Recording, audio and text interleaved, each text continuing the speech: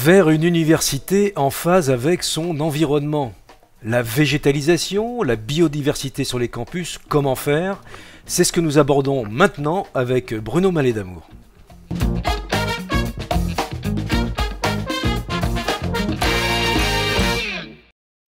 Et nous sommes heureux de retrouver donc Bruno Mallet d'Amour pour cette causerie consacrée à la gouvernance universitaire et à la question des écocampus et de l'écocampus de l'université, des écocampus de l'université de La Réunion.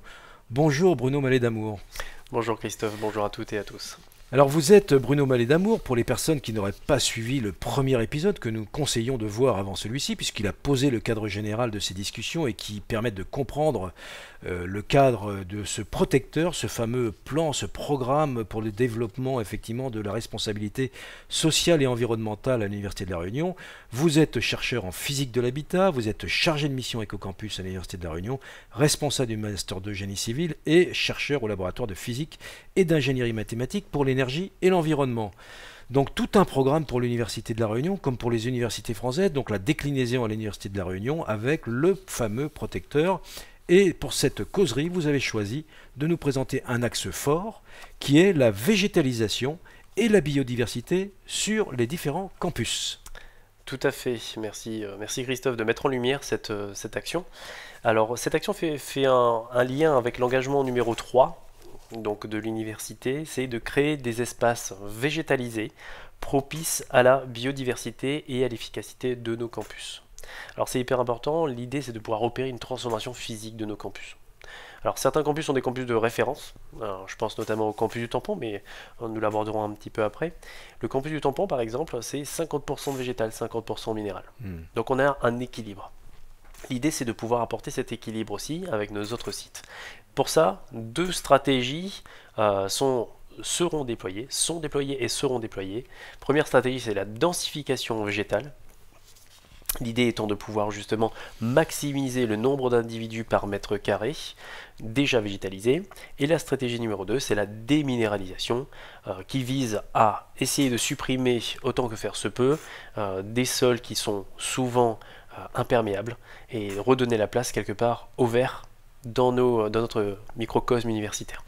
Alors justement, pour rebondir sur la question de la densification végétale, on le sait, une des grandes questions c'est l'empreinte carbone, donc l'émission de CO2. Vous aviez présenté des chiffres dans la première partie de ces causeries consacrées au programme donc de développement de la partie environnement et développement durable de l'université.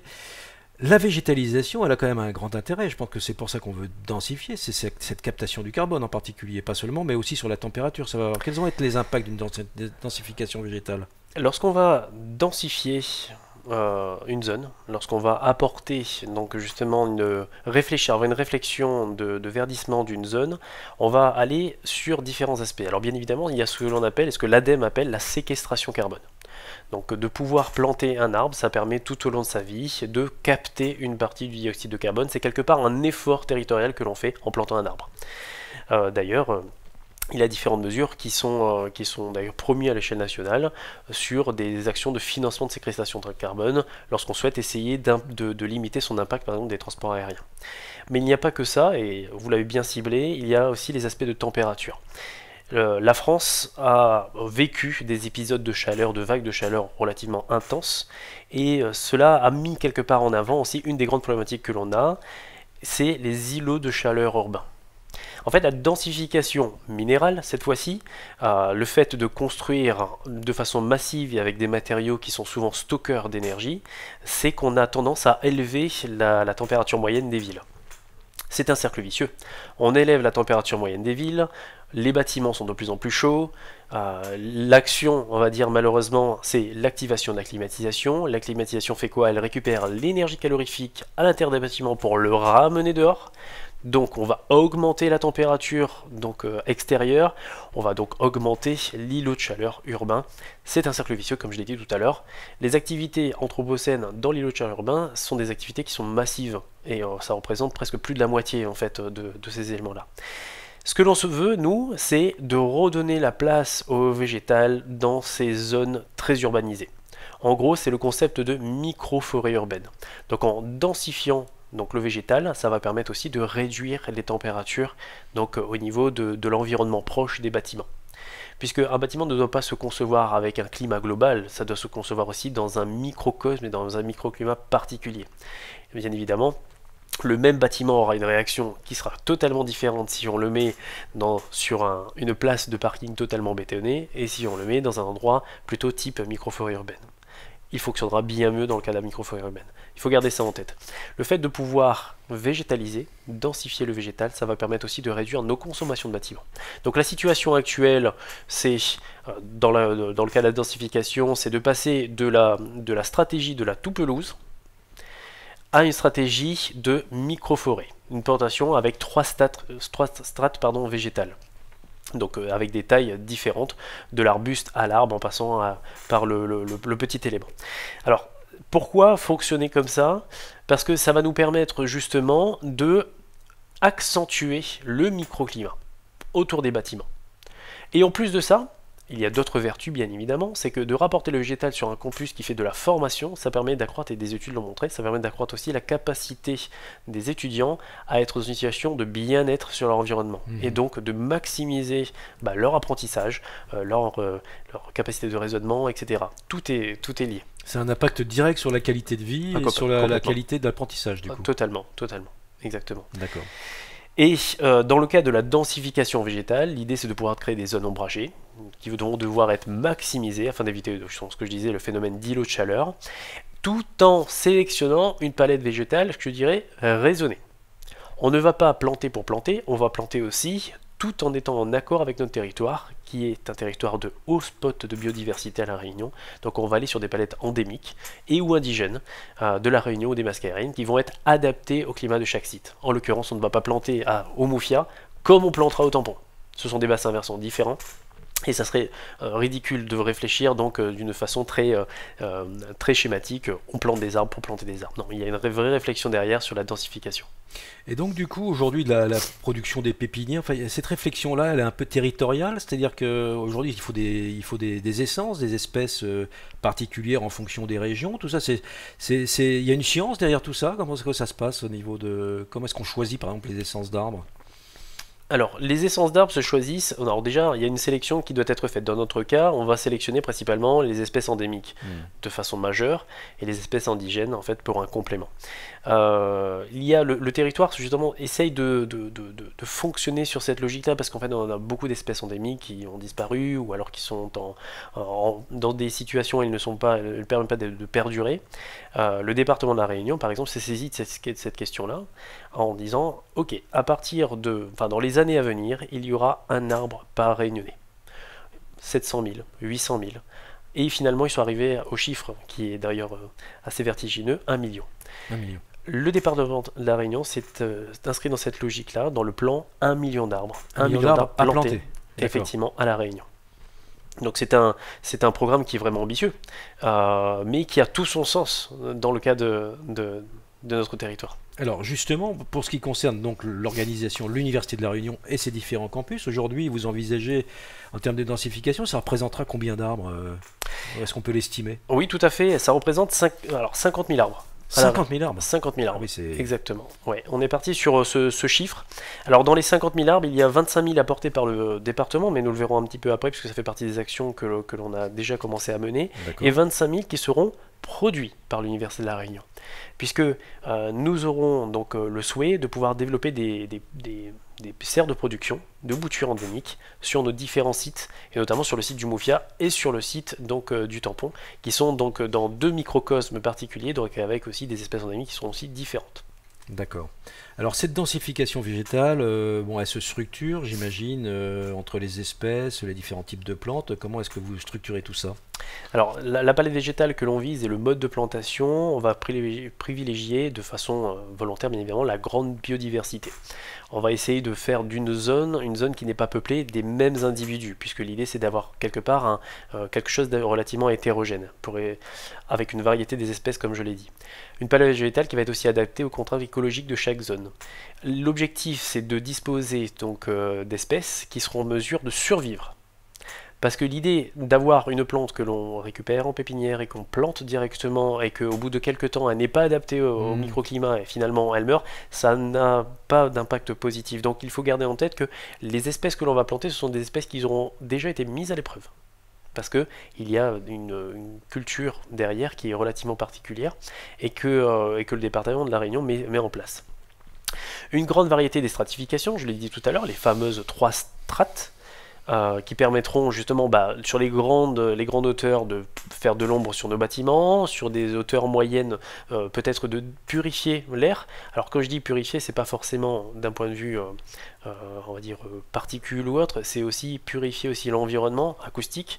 On sait donc que le poids du végétal dans des barrières acoustiques et qui peut être quelque chose de très intéressant à mettre en place à l'université, qui vise la formation.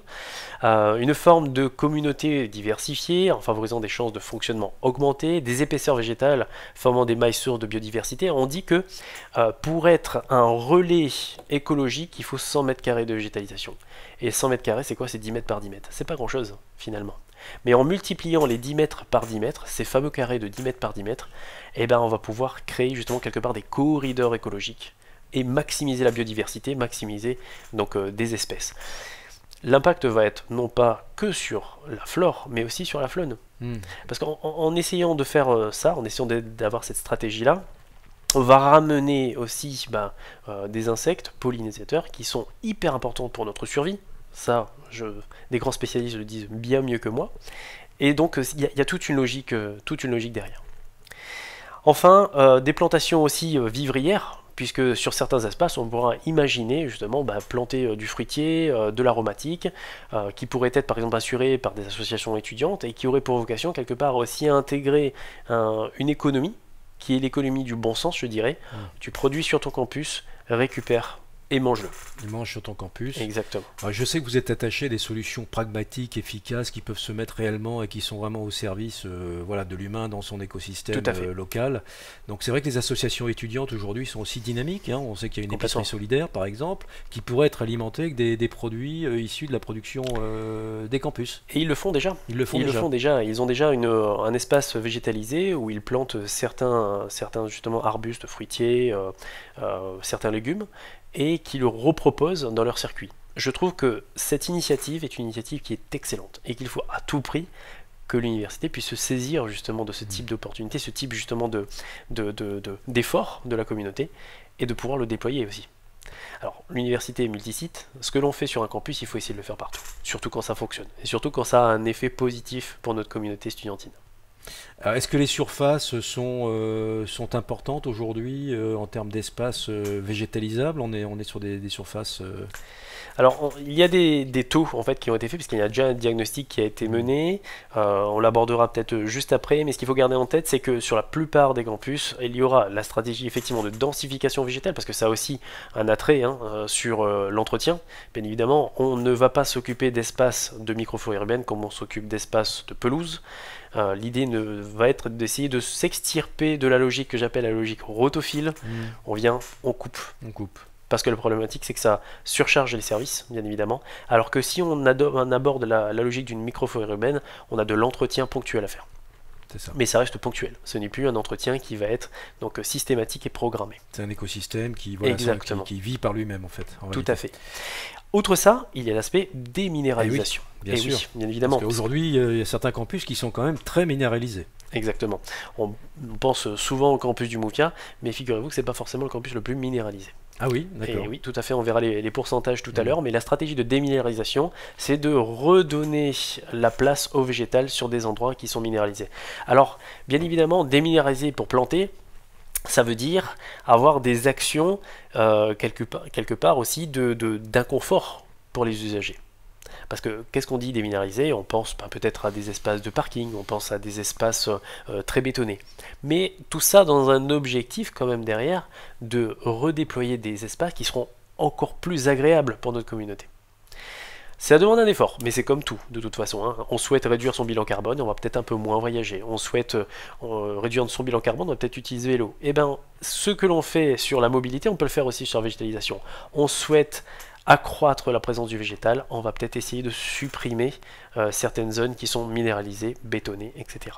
Donc les sols, dans l'objectif, ils seront décompactés, drainés, et ça permettra aussi d'avoir une augmentation de la perméabilité. Et augmenter la perméabilité des sols, c'est aller redonner aussi en fait à la terre l'eau de pluie qui arrive du ciel, et c'est hyper important. Parce que quand on voit les différents épisodes métropolitains où on a eu des inondations colossales, c'est lié à ça. Là, c'est lié à la perméabilisation, à l'imperméabilisation des sols. Des sols, ouais. C'est-à-dire que l'eau n'arrive plus à s'infiltrer dans les profondeurs. Avec toutes les problématiques d'eau potable que l'on connaît de nos jours et que certains pays vivent actuellement, sécheresse. On parle de l'Australie, mais la Réunion connaît aussi très très bien ces éléments-là. Je suis habitant du Tampon, on a très souvent en fait des épisodes où il faut faire très attention à l'eau. Parce que les nappes, ça sèche.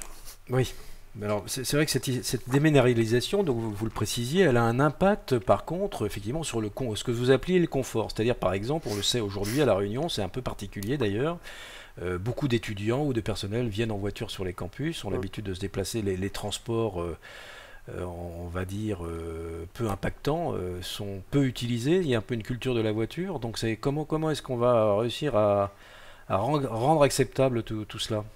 Eh bien, en proposant des solutions alternatives. Je pense que c'est la clé. C'est pour ça que dans la précédente causerie, je précisais que les différents thèmes abordés par les référents des DRS, ce sont des thèmes qui sont synchrones. Ils doivent être avancés en même temps. Si on avance sur les aspects de végétalisation en supprimant par exemple du parking, il faut quand même que, aussi bien pour la communauté estudiantine que pour nos personnels, on puisse leur proposer des alternatives. Les alternatives, ça passe par quoi? Ça passe par le vélo électrique, ça passe par la trottinette, ce qui fonctionne très très bien dans l'Hexagone d'ailleurs. Ça passe par dynamiser des réseaux de transport en commun. Ça passe par le covoiturage. Et c'est un élément qui est hyper important à aborder puisque l'Université de La Réunion est numéro 1 de notre partenaire académique qui est Carros, numéro 1 sur les 113 établissements qui sont partenaires à Carros, à l'échelle nationale. Donc ça veut dire quoi? Ça veut dire qu'il y a un besoin de changer. Il y a un besoin de changer et la communauté est prête à ce changement. Quand on voit le covoiturage, c'est... alors j'ai plus exactement les chiffres en tête, mais c'est pas loin de 50 000, je crois que c'est 5000 km, 5000 utilisateurs par mois de plus sur la plateforme. C'est notable. C'est très très notable. Ouais. Alors c'est vrai qu'on a peu parlé du numérique, comme vous le savez, je suis pour ma part en charge de la question de l'université numérique, et donc c'est à ce titre que nous avons développé cette web TV. Mais la question effectivement de l'impact effectivement donc sur les campus de ce déplacement avec des véhicules donc thermiques, etc. Je veux dire, pourrait être résolu en partie par la question du télétravail ou de l'enseignement à distance partiel. C'est-à-dire qu'on peut imaginer une organisation, d'autres rythmes effectivement de propositions pour les étudiants qui, pour certains, des fois se déplacent de très très loin, qui donc évidemment participent à l'encombrement. 20 000 étudiants qui se déplacent, c'est 20 000 étudiants qui contribuent, mais pas seulement, évidemment. Il faut avoir une réflexion un peu globale au niveau du territoire, oui. Mais cette question-là, vous l'abordez aussi, c'est-à-dire qu'en fait, ça peut redonner de la surface, mais en contrepartie, est-ce que la question du télétravail est posée? Complètement, et d'ailleurs, on est la seule université à proposer jusqu'à 3 jours de télétravail pour nos personnels. C'est notable. Ça veut dire que derrière, il y a un schéma de confiance qui est mis en place, mais aussi il y a un schéma environnemental qui est mis en place. Forcément, on permet à nos personnels de faire jusqu'à 3 jours de télétravail, et c'est forcément des personnels qui vont peut-être éviter ce qu'on appelle l'autosolisme.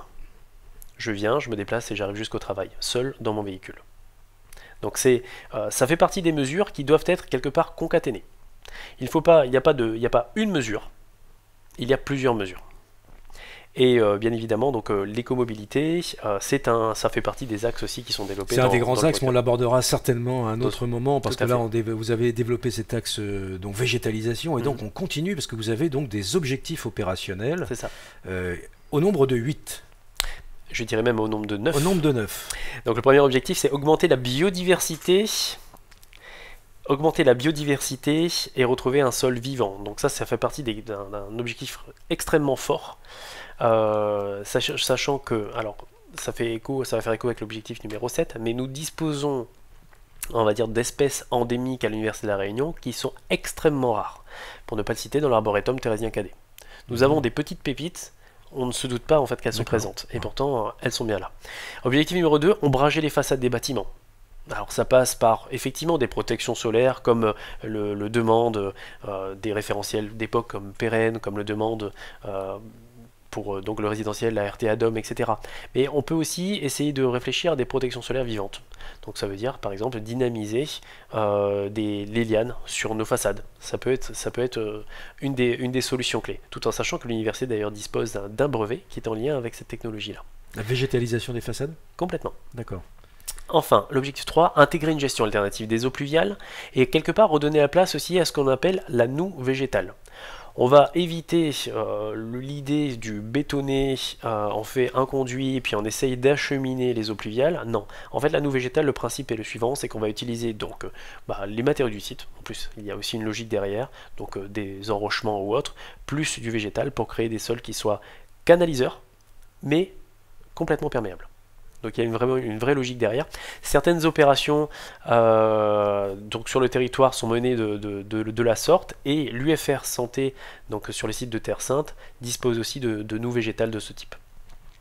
Gérer les espèces exotiques envahissantes, c'est hyper important parce que ce type d'espèce peut avoir un impact négatif sur le développement de nos espèces endémiques ou indigènes, sur le déploiement. Et sur le campus du Moufial, il y en a énormément. Un diagnostic d'ailleurs a été fait sur ces aspects-là et on remarque la forte présence de ce type d'espèces. D'accord.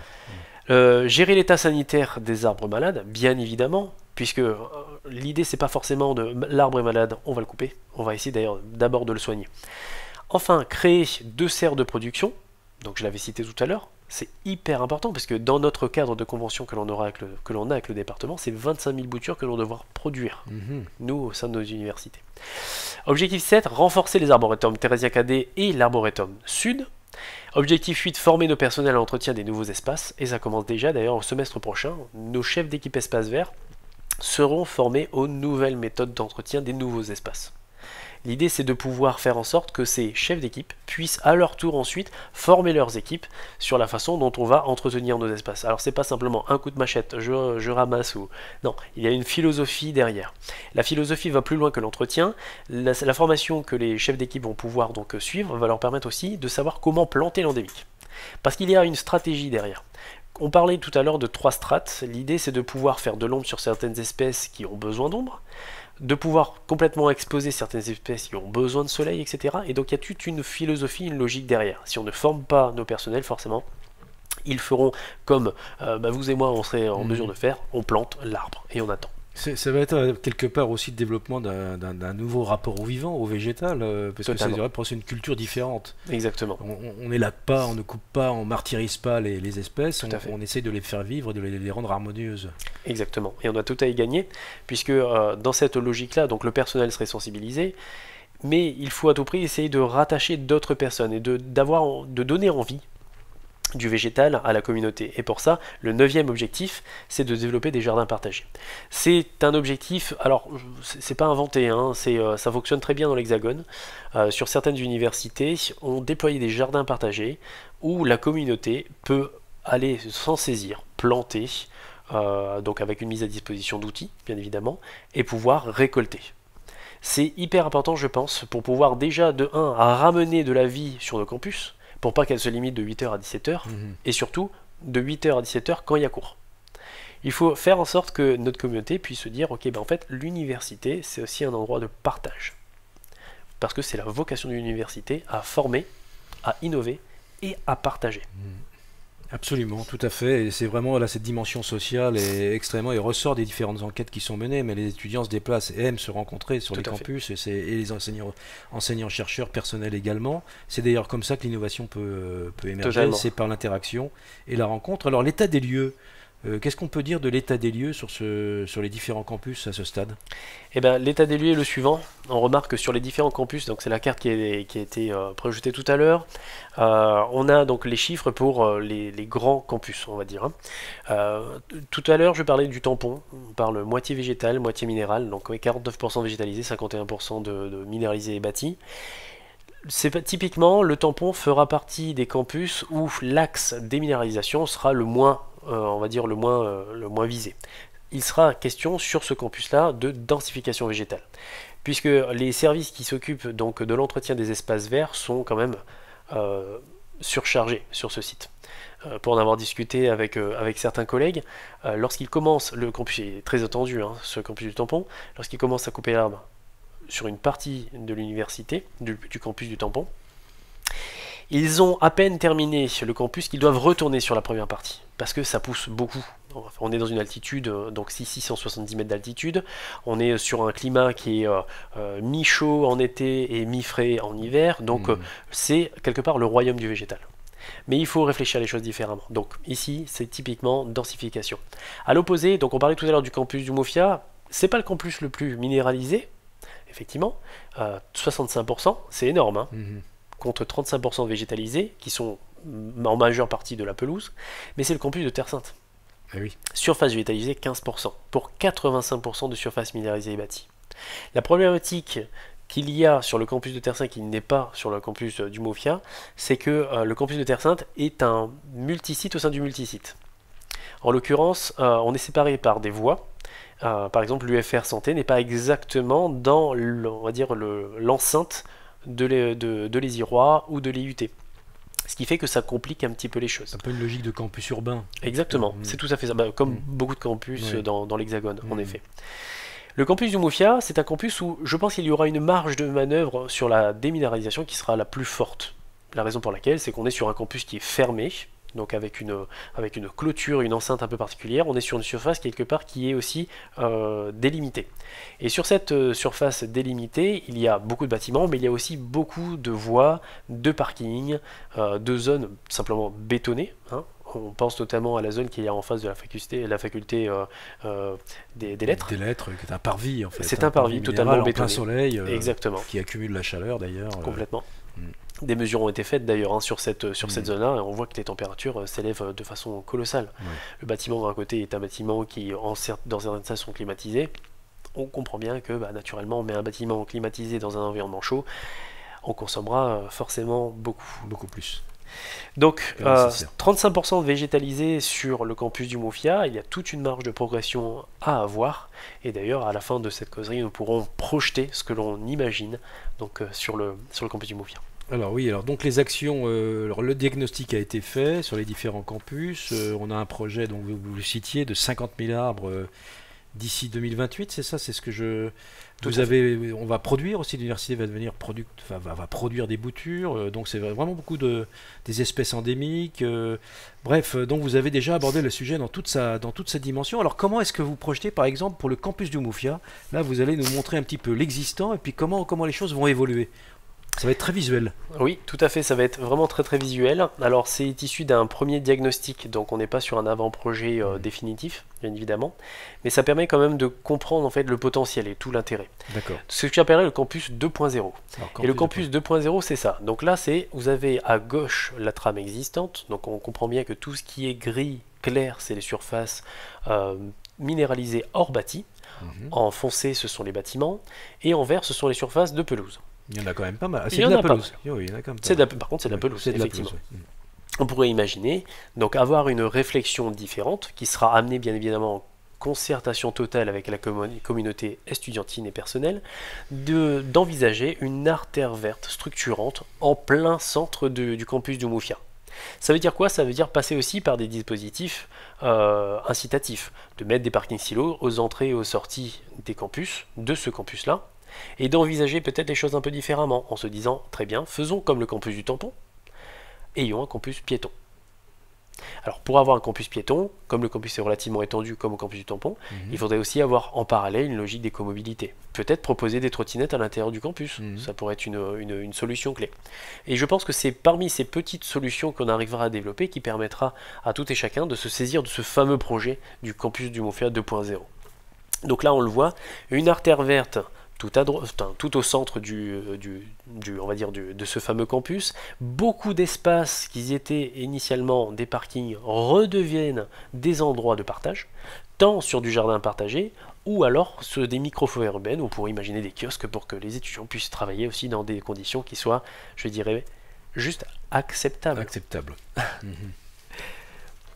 Si on continue sur des aspects, voilà, là vous avez une projection. Alors là, c'est magnifique. C'est vrai qu'on arrive à, pour le coup, visualiser ce que ça peut devenir. Ça donne envie de s'y promener. Ça donne envie de s'y promener, donc ça donne envie d'y aller. Ça donne envie d'y aller. On a tout en haut à gauche une vue sur justement la faculté des lettres et on voit tout en bas, donc toujours à gauche, cette projection avec ces fameuses 3 strates. On a des grands arbres, on a des kiosques, on peut s'y promener, on peut y passer du bon temps.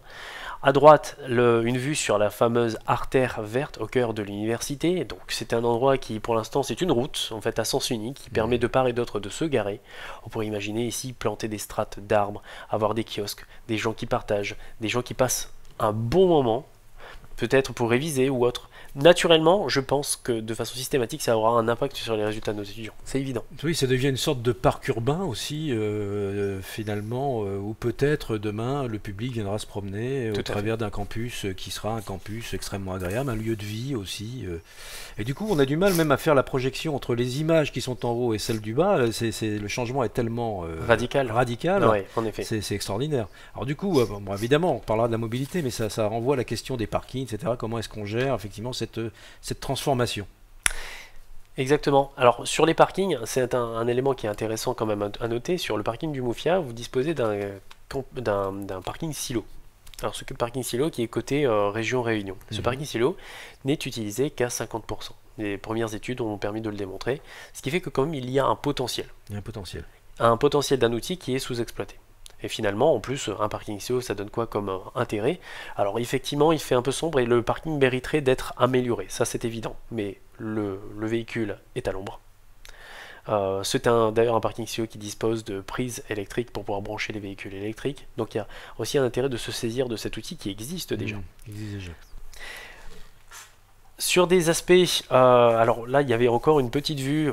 Projetons-nous donc avec le bâtiment administratif en haut à gauche, qui serait aussi cette logique de densification.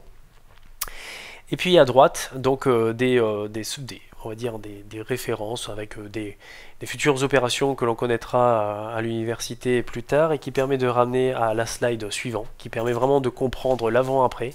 C'est la situation actuelle et c'est ce que nous souhaitons faire. Voilà. Et donc, bien évidemment, tout ceci passera par, comme je l'ai dit tout à l'heure, des mesures fortes qui vont être toujours en concertation avec la communauté. L'idée, c'est pas de faire j'enlève du parking, je mets de la plantation. Il faut que tout le monde ait envie de le faire. Ça, c'est évident. On va aller bien évidemment à la grande tendance. Nous sommes dans un circuit démocratique, ça c'est évident. Mais si on met en place des parkings silo de part et d'autre, si on fait en sorte d'accompagner la petite mobilité à l'intérieur du campus, et surtout si la communauté comprend que marcher 5 minutes, c'est pas très grave. Au contraire. Au contraire, dans un espace verdoyant, ça peut être intéressant, sachant qu'il fera forcément moins chaud, et bien ça peut être très positif. Moi j'imagine quelques activités le matin avant d'aller à son cours, par exemple faire un peu de qigong avant d'aller participer à un cours. Exactement. Ça peut être une bonne idée dans un jardin effectivement de campus. Donc ça effectivement c'est assez spectaculaire, hein. Vous nous avez montré des images là, je pense extrêmement intéressantes. Dans la végétalisation, je pense qu'on a bien compris les enjeux. On voit à quel point ça touche à tout un tas de sujets, y compris à la recherche sur la question des plantes, sur les plantes endémiques, sur les plantes, la question des plantes invasives qui viendraient de l'extérieur, etc. Donc merci beaucoup Bruno Mallet d'Amour pour ce voyage. On a fini effectivement dans un voyage jardin magnifique. Donc et puis rendez-vous pour une prochaine causerie où là vous avez choisi de nous parler ensuite de gestion durable des déchets. Tout à fait. À très bientôt. Merci beaucoup.